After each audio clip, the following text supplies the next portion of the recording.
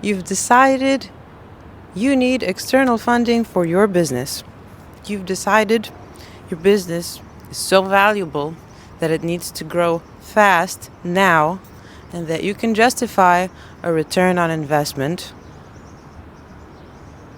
for your early contributors. Have you ever thought of what exactly you will be doing with that money?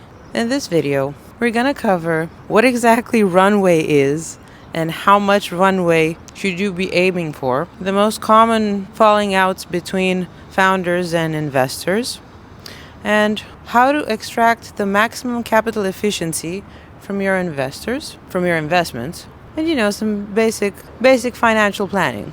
So this is going to be a CFO coaching episode, and we're back on my neighbor's terrace because you guys seem to like it here. I will be showing you his apartment this time. He's away because he's currently raising, and I just want to show you the less glamorous side. Because many people are under the impression that if you raise funds, you're like living this high-end lifestyle on yachts and rubbing elbows with high net worth individuals, and they're giving you money and you're making your thing, and it's just you and your Loro Piana outfit and your laptop in the back of a Maybach and stuff. But no. I will quote Elon Musk when he said, "Startups are like eating glass and staring into the abyss." I would argue for myself that I've never ever wanted to raise funds for any of my personal businesses. I always said that I would rather find the money in the free market. And my previous partner, Sebastian, who I love to death, he said at one point he noticed that every 2 years I kind of get interested in funding. And he says, it's New Year's, and he asks me, is this going to be one of those years in which you're interested in funding or not?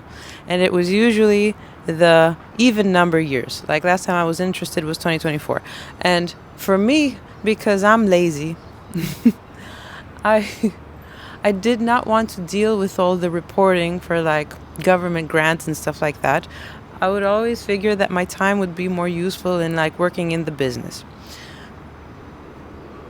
I did not do anything innovative, so I didn't really have an excuse to raise funds for high growth, But I did, however, work with several businesses that are in fact innovative and that need funds to grow today in order for them to keep their unfair advantage.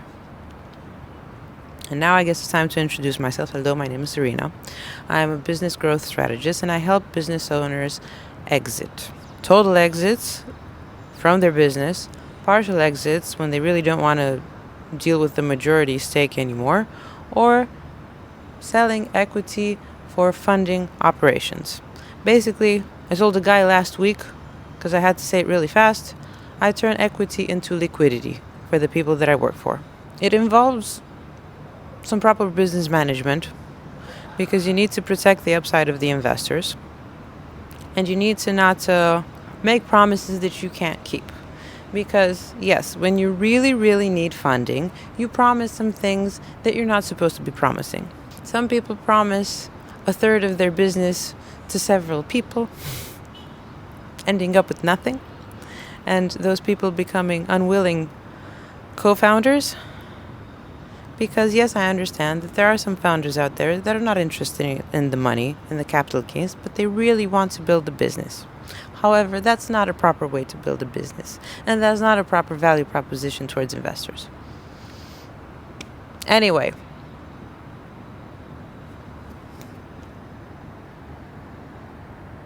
I think the lights turned on. That's what I wanted to show you. But now, let me show you a glimpse in the lifestyle of a high-growth tech startup founder and his team. This is it, ladies and gentlemen. It is a mess. They brought their stuff back from a huge tech convention in Abu Dhabi.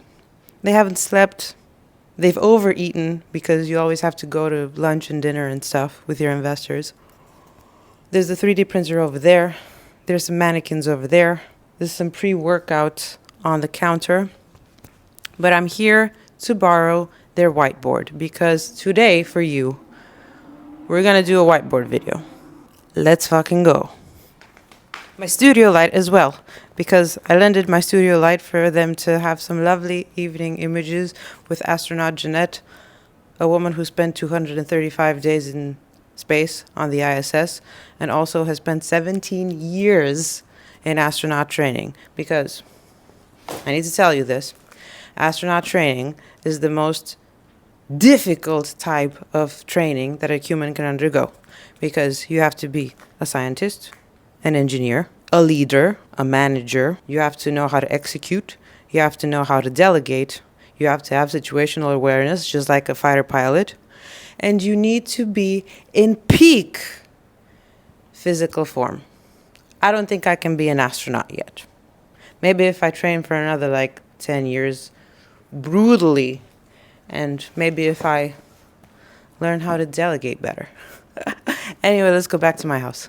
That is a Mars rover. They also have a dog, a robot dog. That is another rover, completely autonomous.